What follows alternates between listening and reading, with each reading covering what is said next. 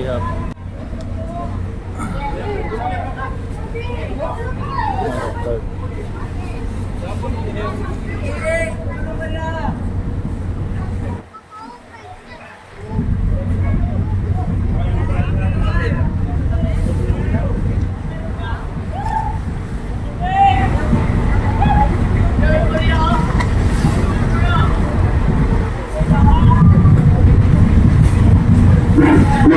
Magandang po, sa lahat po ng aming mga kasero, sa loob naman po na nasa baliin at naman po tayo sa katulang na pagtag.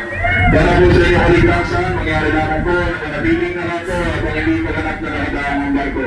Pag-iingatan natin din po dahil yung mga gamit upang may iwasan po yung maiwanan. Hintayin po natin ang alayin na po, may tulot na kami na ng barko para sa inyong ligtas sa pagdada. Maraming salamat.